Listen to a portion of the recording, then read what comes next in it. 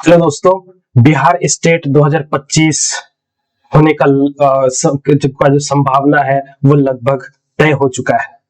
आप लोगों को पता है कि एक हफ्ते से लगातार अपडेट्स आते जा रहे हैं। बिहार शिक्षा डिपार्टमेंट की तरफ से ये नोटिफिकेशन जो एज ए न्यूज आता ही जा रहा है और जो दिशा निर्देश है वो बीपीएससी को दिया जा रहा है। और बीपीएससी को एग्जाम कंडक्ट कराने की तैयारी करने के लिए ऑलरेडी कह दिया गया है कि आप एग्जाम की तैयारी कर लीजिए, उसका खाका बना लीजिए, क्योंकि बीपीएससी ट्री 4.0 से पहले बिहार स्टेट 2025 होने जा रहा है।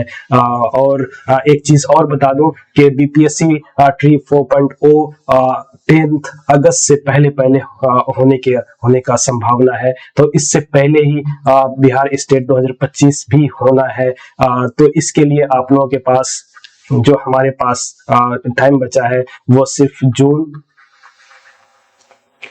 और जुलाई।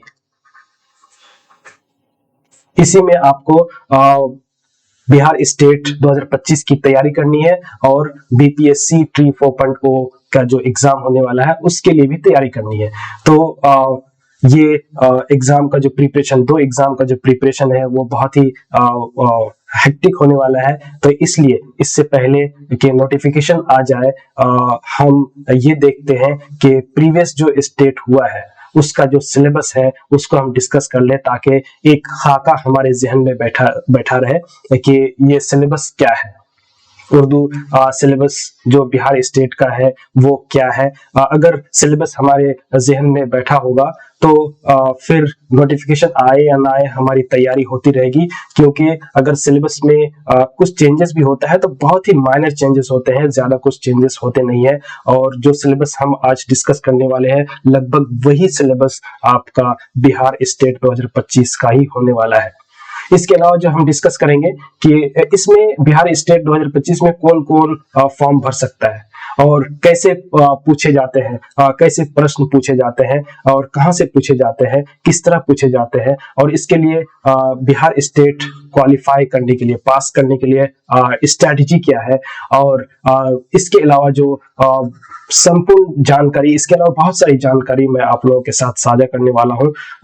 आप लोग वीडियो में बने रहे और आखिर तक रहे, क्योंकि अगर आप बिहार स्टेट 2025 क्वालिफाई करना चाहते हैं, 9 to 10th या 11 to 12th में नौकरी लेना चाहते हैं, चाहे आप बिहार स्टेट पेपर 1 के लिए तैयारी कर रहे हो या पेपर 2 के लिए तैयारी कर रहे हो, ये वीडियो आपके लिए बहुत ही ज्यादा इंपॉर्टेंट होने वाला है। तो दोस्तों वीडियो में अंत तक बने रहिएगा।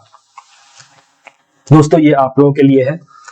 अगर वीडियो अच्छी लगे, क्लास अच्छी लगे, इंफॉर्मेटिव लगे, इंफॉर्मेशन आपके लिए फायदेमंद हो तो प्लीज सब्सक्राइब कीजिएगा, लाइक कीजिए, शेयर कीजिए और बेल आइकन को जरूर दबाइए, ताकि अगली वीडियो, अगली क्लासेस की नोटिफिकेशन आपको पहले पहुंच जाए, आप तक पहले पहुंच जाए। तो सबसे पहले जो हम डिस्कस करेंगे वो ये कि इस एग्जाम बिहार स्टेट 2025 या बिहार स्टेट 2025 का जो फॉर्म है उसको कौन लोग फिल कर सकते हैं और कौन लोग एलिजिबल होंगे। तो हम यहाँ देख रहे हैं कि स्टेट जो होता है वो 2 पेपर होता है। स्टेट का 2 पेपर होता है। नंबर 1 9 to 10th वालों के लिए, नंबर 2 11 12 के लिए। अगर आप 9 to 10th के लिए अगर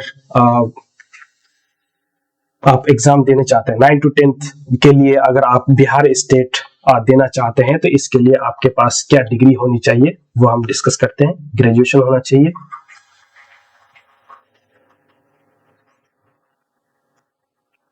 इसके साथ बीएड होना चाहिए,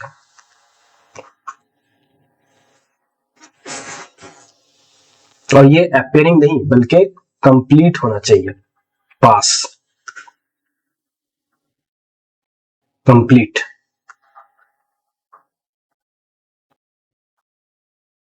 क्योंकि अपेयरिंग वाले को नहीं लिया गया, अभी तक तो नहीं लिया गया है। और अगला जो एग्जाम होने वाला है स्टेट का, स्टेट 2025, आप लोग सहमत या फिर कंफर्म हो जाइए कि उसमें भी अपेयरिंग वालों को नहीं लिया जाएगा। अगर आप पेपर 2 के लिए एग्जाम देना चाहते हैं तो इसमें ग्रेजुएशन होना चाहिए, बीएड कंप्लीट होना चाहिए, इसके साथ साथ आपका एमए होना चाहिए। ये तीन, अगर वो तीन एग्जाम क्वालिफाइड है तो आप बिहार स्टेट पेपर 2 के लिए क्वालिफाई है, मतलब आप बिहार स्टेट पेपर 2 के लिए आप एग्जाम दे सकते हैं। तो ये रहा 9th 10th 11th 12th में कौन लोग फॉर्म भर सकते हैं स्टेट का। दूसरा ये दोनों चीजें हम डिस्कस कर चुके हैं कि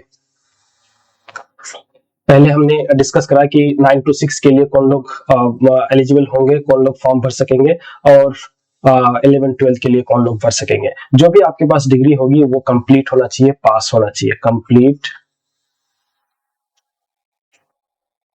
पास होना चाहिए।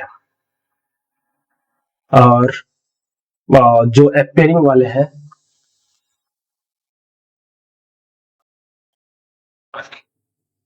नॉट एलिजिबल,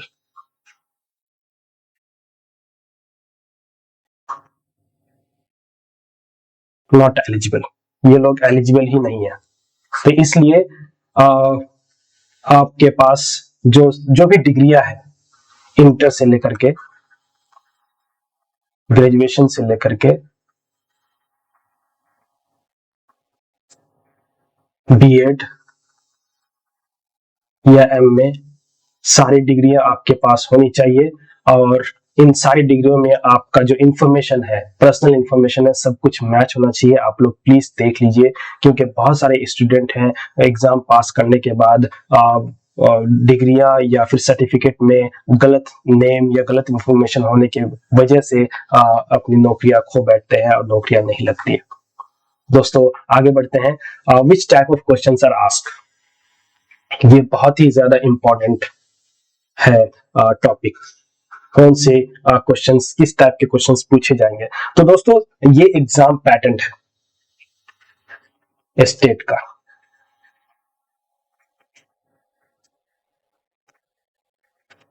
स्टेट का एग्जाम पैटर्न है। सबसे पहला जो पेपर होगा ये यूनिट 1 यूनिट 2 का होता है। तो स्पेसिफिक सब्जेक्ट से आपका 100 नंबर का 100 क्वेश्चंस होंगे। स्पेसिफिक सब्जेक्ट जैसे आप उर्दू से है तो उर्दू से होगा, और इसके लिए 100 मार्क्स होंगे। दूसरा जो यूनिट है आर्ट ऑफ टीचिंग और अदर स्किल, इसमें भी दो बिंदु है। एक आर्ट ऑफ टीचिंग है, टीचिंग की आर्ट, टीचिंग कैसे की जाए, इससे रिलेटेड जो क्वेश्चंस होंगे। आर्ट ऑफ टीचिंग से 30 क्वेश्चंस होंगे और 30 मार्क्स होगा।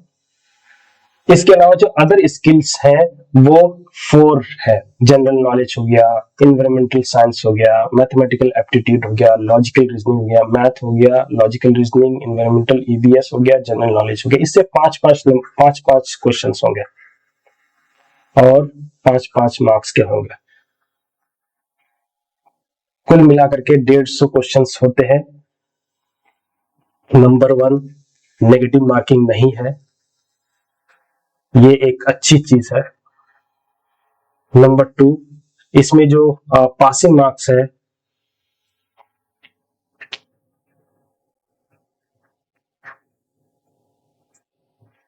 ये लगभग जो पासिंग मार्क्स होते हैं वो 50% से या 60% है, ये कंफर्म नहीं है। मैं आप लोगों को जरूर नेक्स्ट वीडियो में इसके बारे में का कंफर्म इंफॉर्मेशन दूंगा। मैं इसलिए यहाँ पे नहीं देना चाह रहा हूँ क्योंकि कोई गलत इंफॉर्मेशन आप लोगों के पास नहीं जाना चाहिए, तो इसलिए इस चीज को मैं पेंडिंग रखता हूँ। जो पासिंग स्कोर है, पासिंग स्कोर जो लगभग 67 जनरल वालों के लिए है, 66 या 67 ऐसा कुछ है, और जो कैटेगरी वालों के लिए है अगर 75 या 78 तक लाए तो कैटेगरी वाले भी पास हो जाते हैं।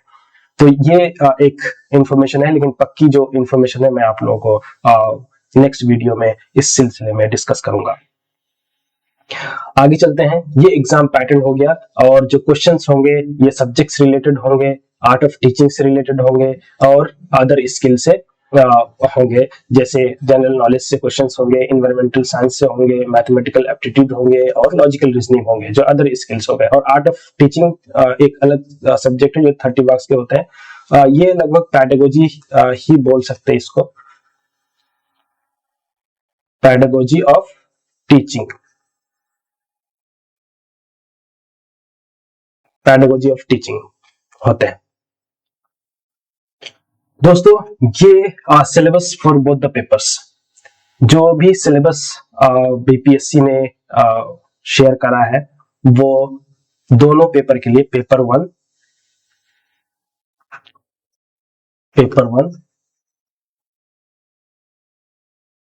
जो 9 to 10 वालों के लिए है, और पेपर 2 11 12 वालों के लिए है। तो पेपर 1 और पेपर 2 के जो सिलेबस है वो सेम वर्डिंग है, बस ये है कि जो लेवल ऑफ क्वेश्चंस होंगे वो पेपर 1 में अलग होगा और पेपर 2 में अलग होगा, क्योंकि पेपर 2 11 12 के लिए है, तो जो लेवल ऑफ क्वेश्चंस होगा वो थोड़ा सा हाई होगा, और जो 9 to 10 वालों में जो पेपर 1 का जो क्वेश्चंस होगा उसमें लेवल ऑफ क्वेश्चंस थोड़ा सा कम होगा, क्योंकि वो नीचे के क्लासेस के लिए है। दोस्तों अब डिस्कस करते हैं कि क्या क्या टॉपिक है सिलेबस में। ये उर्दू 2 यूनिट पे मुश्तमिल है ये सिलेबस, जो बीपीएस स्टेट 2025 या मान लीजिए 2025 में ही सेम सिलेबस रहने वाला है। तो स्टेट का जो सिलेबस है वो 2 यूनिट पे है। सबसे पहला यूनिट उर्दू का है, ये आपका सब्जेक्ट का है, ये 100 मार्क्स का होने वाला है। 100 मार्क्स उर्दू सब्जेक्ट से आएगा, और ये सारे टॉपिक्स है। कलमा और उसकी किस्में, इस्म और उसकी किस्में, जमीर और उसकी किस्में, सिफत और उसकी किस्में, फेल और उसकी किस्में, ये लगभग अकसाम और किस्मों से रिलेटेड है। और छठे में फेल माजी और उसकी किस्में, मुताल्लिक फेल, जुमला और उसकी किस्में, हरूफ, साबिका और लाहिका, मुतरादिफात,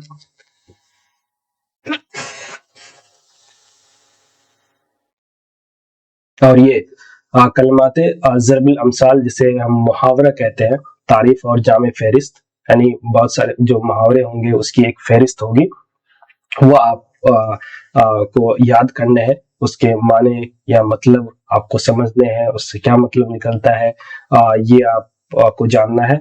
इसके अलावा एराब के फर्क से जो माने में फर्क होता है, अजदाद की या जिद, सिनोनिम होते हैं, वाहिद जमा की जो एक फहरिस्त होगी, एराब वाला मात और उसका इस्तेमाल, हरफ बर्दी, मतला जो आशार या पोएट्री से रिलेटेड ये टॉपिक्स है, पोएट्री, हुस्न मतला, काफिया, रदीफ और मक्ता की तारीफ क्या है,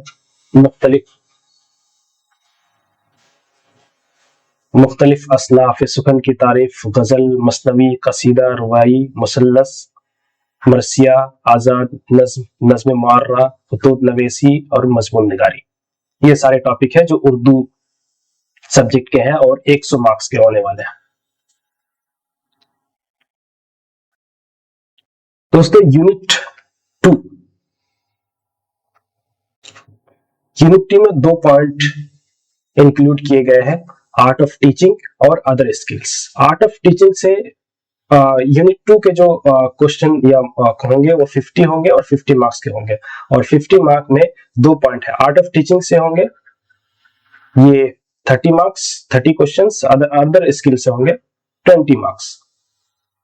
आर्ट ऑफ टीचिंग के जो टीचिंग या फिर आर्ट ऑफ टीचिंग के जो पॉइंट्स है जिन्हें हमें कवर करना है प्रिपरेशन के दौरान, वो है टीचिंग एंड लर्निंग, इसकी मीनिंग क्या है, प्रोसेस क्या है, इसकी कैरेक्टरिस्टिक खुसूसियात क्या है, टीचिंग ऑब्जेक्टिव माने पढ़ाने के क्या ऑब्जेक्टिव है, गोल क्या है, instructional objective, meaning, type, Bloom का टेक्सोनॉमी, ये सारे आपको पढ़ने हैं। टीचिंग मेथड में टीचिंग मेथड के कितने टाइप्स हैं, इसकी खुसूसियात क्या है, और एडवांटेज डिसएडवांटेज का जो मेथड का है वो भी हमें पढ़ना है। लेसन प्लान क्या है, इसकी कितने किस्में हैं, फॉर्मेट क्या होते हैं, और बहुत सारे फॉर्मेट है, वो मॉडल क्या क्या है। Macro teaching and instructional analysis, ये भी हमें पढ़ना है। Effective ecosystem of classroom, text book and library, qualities of teacher, evaluation and assessment for learning and curriculum. इसके अलावा factors affecting teacher and learning, जो फैक्टर हैं जो टीचर एंड लर्निंग को अफेक्ट करते हैं, या तो नुकसान पहुंचाते हैं या फिर मदद करते हैं, ये सारे फैक्टर हमें पढ़ने हैं। Teaching ads and hands on learning, teaching ads के बारे में पढ़ना है, जैसे टीचिंग एड में पेन हो गया, बुक हो गया, ब्लैक बोर्ड हो गया, और इसके अलावा बहुत सारे जैसे स्टिक हो गया, इमेजेस हो गए, वीडियो हो गए, ये सारे टीचिंग एड में आते हैं। इसके अलावा अदर स्किल से जो क्वेश्चंस होंगे 20 मार्क्स के, वो 5 क्वेश्चंस होंगे, जनरल नॉलेज से होंगे, एनवायरमेंटल साइंस से होंगे, मैथमेटिकल एप्टीट्यूड होंगे और लॉजिकल रीजनिंग होंगे। ये 4 चीजें अदर स्किल में इंक्लूड किए गए हैं। तो ये था सिलेबस पेपर 1 एंड पेपर 2। बस ये है कि लेवल ऑफ क्वेश्चंस 9 to 10 वालों के लिए थोड़ा सा कम होगा और लेवल ऑफ क्वेश्चंस 11-12 के लिए थोड़ा ज्यादा होगा, थोड़ा टफ ज्यादा होगा।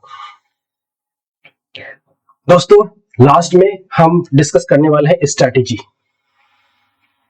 स्ट्रैटेजी क्या क्या स्ट्रैटेजी हम फॉलो करेंगे प्रिपरेशन के दौरान, ताकि हमारा एक पोस्ट कंफर्म हो जाए बिहार शिक्षक भर्ती TRE 4 में। तो सबसे पहला, all exams should be passed and complete.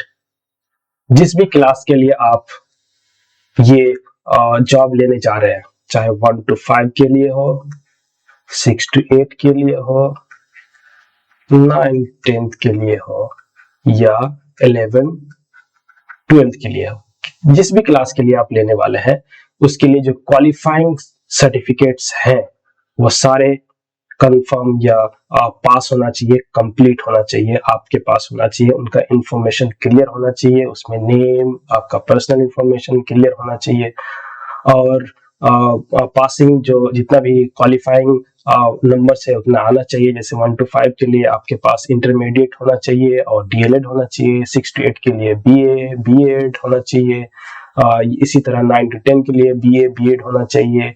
इसके साथ फिर C.TET होना चाहिए या B.TET होना चाहिए, या फिर इसके 9 to 10 वालों के लिए S.TET होना चाहिए, ये भी क्लियर होना चाहिए। और 11-12 के लिए भी BA B.Ed, उसके बाद MA S.TET, ये सारा एग्जाम क्लियर होना चाहिए, तब जाकर के फिर आप BPSC के लिए एलिजिबल होते हैं। तो ये सारा कंफर्म होना चाहिए, क्लियर होना चाहिए। ये आप अपना आकलन कर लीजिए, देख लीजिए कि कौन सा पेपर आपने क्लियर किया है और कौन सा नहीं किया है, किस क्लास के लिए आप एलिजिबल हो रहे हैं, ये सारा चीजें इंफॉर्मेशन रखना आपके लिए बहुत ही जरूरी है। दूसरा ये कि syllabus should be clear in mind. अभी तक नोटिफिकेशन नहीं आया है, लेकिन हमें पता है कि पिछला एग्जाम किस तरह हुआ है, पिछला सिलेबस क्या हुआ है। हम अभी डिस्कस करें कि व्हाट इज योर सिलेबस।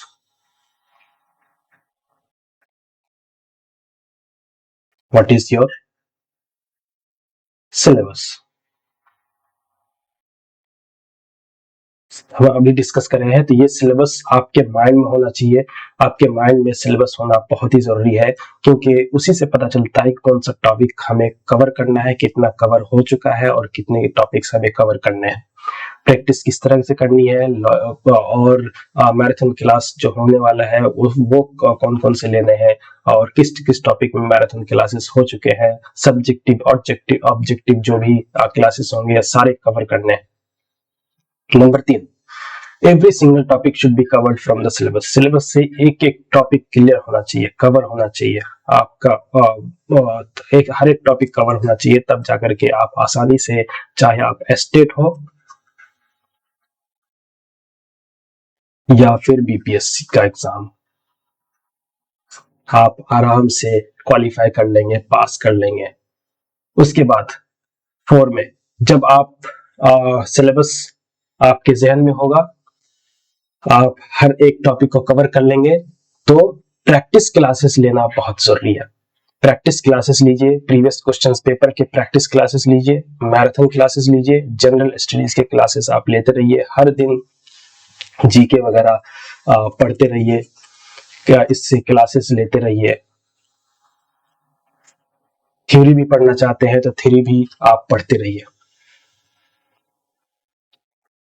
दोस्तों इस वीडियो में बस यही तक। स्ट्रैटेजीज ये सारे अगर आप फॉलो करते हैं तो मैं यकीन के साथ कह सकता हूं कि पीपीएससी टीआरई 4 में आपका एक पोजीशन, एक पोस्ट कंफर्म जरूर होगा। मिलते हैं अगली वीडियो में, तब तक के लिए बहुत बहुत शुक्रिया।